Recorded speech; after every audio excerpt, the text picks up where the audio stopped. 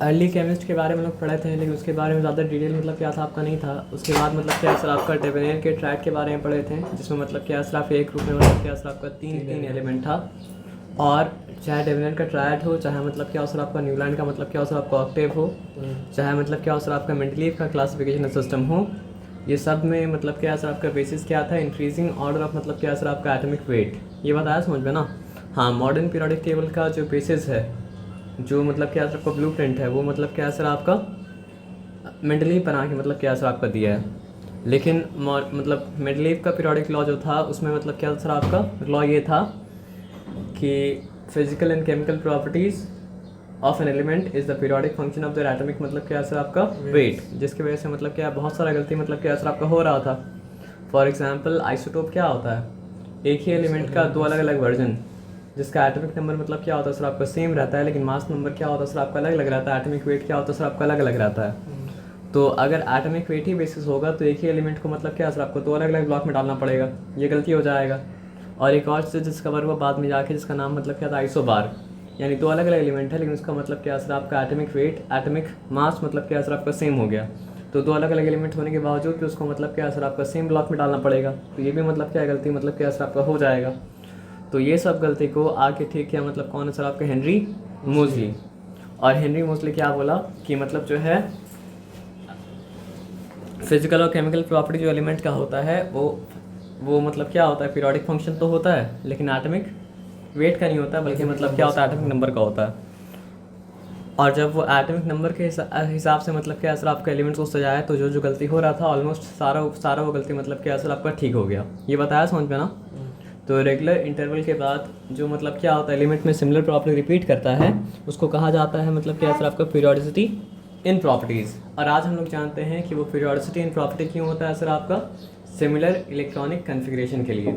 अब similar electronic configuration का क्या मतलब होता है, जितना सारा एलिमेंट मतलब क्या सर आपका ग्रुप 1A में है, जब उसको आप मतलब क्या सर आपका अरेंज करेंगे, मतलब उसका आप इलेक्ट्रॉनिक कन्फिग्रेशन लिखेंगे, तो आपको समझ में आएगा कि सबके लास्ट शेल में क्या है सर आपका एक इलेक्ट्रॉन है, इसलिए सब मतलब क्या होता है सर आपके एक तरह से बिहेव करता है। उसी तरह ग्रुप 2 के बारे में अगर हम आते हैं, ग्रुप 2A के बारे में या 2 के बारे में, तो सबके लास्ट शेल में क्या है सर आपका 2 इलेक्ट्रॉन्स है, इसलिए क्या होता है एक ही तरह से बिहेव करता है। उसी तरह अगर हम आते हैं ग्रुप 13 में, तो सबके लास्ट शेल में क्या है सर आपका 3 इलेक्ट्रॉन है। उसी तरह ग्रुप 14 में अगर आते हैं तो सबके लास्ट शेल में क्या है सर आपका 4 इलेक्ट्रॉन है। उसी तरह ग्रुप 15 में आते हैं तो सबके लास्ट शेल में 5 इलेक्ट्रॉन है। आप समझ के आइडिया ना। तो बाद में समझ में आया कि ये लोग एक तरह से बिहेव करता है, इसके पीछे रीज़न ये है कि ये लोग का इलेक्ट्रॉनिक कन्फिग्रेशन मतलब क्या है सर आपका सिमिलर हो गया। और इलेक्ट्रॉनिक कन्फिग्रेशन सिमिलर हो गया मतलब क्या है सर आपका कि लास्ट शेल में नंबर ऑफ इलेक्ट्रॉन मतलब क्या है सर आपका सेम है, जिसको कहा जाता है मतलब क्या है सर आपका वैलेंस शेल। और क्योंकि आप लैंग्वेज ऑफ केमिस्ट्री पढ़ चुके हैं तो आपको पता है कि वैलेंस शेल में कितना इलेक्ट्रॉन है वही डिटरमाइन करता है कि वैलेंसी कितना होगा। और आपको ये बात ही पता है कि वैलेंसी डिटरमाइन करता है कि क्या बोलते हैं उसको, कि एक एलिमेंट का एक एटम जब कंपाउंड बना रहा है तो दूसरे एलिमेंट कितने एटम के साथ वो क्या करेगा, कंबाइन करेगा। ये बताया समझ में ना। इसको हटा सकते हैं क्या, चलिए, नहीं तो साउंड को वो क्या करेगा सर आपका अब्जॉर्ब कर लेगा। थोड़ा देर के लिए हटा दीजिए, ठीक है ना। अब यहाँ पे आपको बात मतलब क्या समझ में आया, तो रीज़न सब समझ में आ गया। अब जो प्रॉपर्टी मतलब क्या होता है सर आपका एक रेगुलर इंटरवल के बाद रिपीट करता है, उस प्रॉपर्टी को कहा जाता है मतलब क्या सर आपका पीरियोडिक प्रॉपर्टीज़। तो एटॉमिक रेडियस मतलब क्या होता है, पीरियोडिक प्रॉपर्टीज़ होता है। और एटॉमिक रेडियस होता क्या है सर आपका, एटम के सेंटर से लेके आउटर मोस्ट शेल तक का जो डिस्टेंस है उसको कहा जाता है एटॉमिक रेडियस।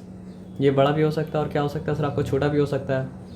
आयोनाइजेशन पोटेंशियल क्या होता है सर आपका, एक एटम जो गैसियस स्टेट में है, तो वो तो मतलब एटम तो मतलब क्या है सर आपका इलेक्ट्रॉन को होल्ड करके रखेगा, है ना। ये बात क्लियर है, इसमें कोई डिफिकल्टी मतलब क्या है सर आपको नहीं है। तो एटम इलेक्ट्रॉन को कैसे होल्ड करके रखता है, पॉजिटिव चार्ज की वजह से होल्ड करके रखता है। पॉजिटिव चार्ज कहाँ पे होता है सर आपका, न्यूक्लियस में होता है, क्योंकि प्रोटॉन मतलब क्या होता है न्यूक्लियस में होता है। तो पॉजिटिव चार्ज को न्यूक्लियर चार्ज भी क्या होता है कहा जाता है, ठीक है ना। तो अगर वो न्यूक्लियर चार्ज स्ट्रॉन्ग है तो एटम आउटर मोस्ट शेल का इलेक्ट्रॉन को, ऐसे तो सभी को होल्ड करके रखा है लेकिन यहाँ पे बात हो रहा है आउटर मोस्ट शेल का इलेक्ट्रॉन के बारे में, ठीक है ना। तो अगर न्यूक्लियर चार्ज स्ट्रॉन्ग है तो आउटर मोस्ट शेल का इलेक्ट्रॉन को मोर टाइटली होल्ड करके वो रखेगा। और न्यूक्लियर चार्ज यानी पॉजिटिव चार्ज अगर मतलब क्या सर आपका वीक है तो आउटर मोस्ट शेल का इलेक्ट्रॉन को मतलब क्या सर आपको लूजली मतलब क्या सर आपको होल्ड करके रखेगा। तो जैसा भी होल्ड करके रखा है, लेकिन मतलब क्या है सर आपका, आपको किसी भी एटम से अगर उसके आउटर मोस्ट शेल का इलेक्ट्रॉन को निकालना है तो आपको एक अमाउंट ऑफ एनर्जी चाहिए। वो अमाउंट ऑफ एनर्जी है तो ही आप मतलब क्या सर आपका निकाल पाएंगे। वो अमाउंट ऑफ एनर्जी अगर नहीं है तो आप मतलब क्या सर आपका नहीं निकाल पाएंगे। तो वो जो अमाउंट ऑफ एनर्जी रिक्वायर्ड होता है किसी भी एटम के लास्ट शेल से मतलब क्या इलेक्ट्रॉन निकालने के लिए, उसको कहा जाता है मतलब क्या सर आपका आयनाइजेशन पोटेंशियल। आया बात समझ में ना। देखिए यहाँ पे क्या लिखा हुआ है, amount of energy required to remove an electron from outermost shell of an isolated atom. ठीक है ना, आइसोलेटेड क्यों? क्योंकि अगर और कोई एटम उसके आसपास रहेगा तो उसके ऊपर प्रभाव मतलब क्या असर आपका डालेगा, इन्फ्लुएंस मतलब क्या असर आपका डालेगा। तो प्रभाव और इन्फ्लुएंस का बात हम लोग नहीं कर रहे हैं, हम लोग मतलब क्या असर आपका एक एटम का बारे में बात कर रहे हैं इंडिपेंडेंटली। ये बताया समझ में ना। अब इलेक्ट्रॉन अफिनिटी, तो अगर ये जिस एटम के आयनाइजेशन पोटेंशियल के बारे में बात कर रहे हैं, अगर वो एटम इलेक्ट्रॉन को मतलब क्या असर आपका लूज़ कर रहा है तो कोई तो गेन कर रहा है। तो जो गेन कर रहा है वो मतलब क्या है सर आपका एनर्जी मतलब क्या कर रहा है सर आपका लगा रहा है। और एनर्जी लगा रहा है तो उसका एनर्जी मतलब क्या है खो जा रहा है, उसका एनर्जी मतलब क्या है सर आपका रिलीज़ हो जा रहा है। तो उसके अंदर क्या है, जो अपने एनर्जी लगा के इलेक्ट्रॉन को टान रहा है उसके अंदर है इलेक्ट्रॉन अफिनिटी। तो जिसके अंदर मतलब क्या सर आपका इलेक्ट्रॉन अफिनिटी मतलब क्या होगा सर आपका ज़्यादा रहेगा, वो ज़्यादा अच्छे से इलेक्ट्रॉन को मतलब क्या सर आपका एक्वायर कर पाएगा। और जिसके अंदर मतलब क्या असर आपका इलेक्ट्रॉन अफिनिटी कम रहेगा वो उतना अच्छे से मतलब क्या असर आपका इलेक्ट्रॉन का एक्वायर मतलब क्या असर आपका नहीं कर पाएगा। तो amount of energy released when an atom in the gaseous state accept an electron to form an ion. यहाँ तक ठीक है, यहाँ तक कोई डिफिकल्टी वाला बात नहीं है। अब यहाँ पे क्या असर आपका some salient features of modern periodic table. देखिए ये बात तो हम लोग जानते हैं, मतलब यहाँ पे मॉडर्न पीरियोडिक टेबल में बाकी जितना भी क्लासिफिकेशन तो उससे क्या अलग हुआ कि वो लोग सबका बेसिस क्या था सर आपका atomic weight, increasing order of atomic weight था।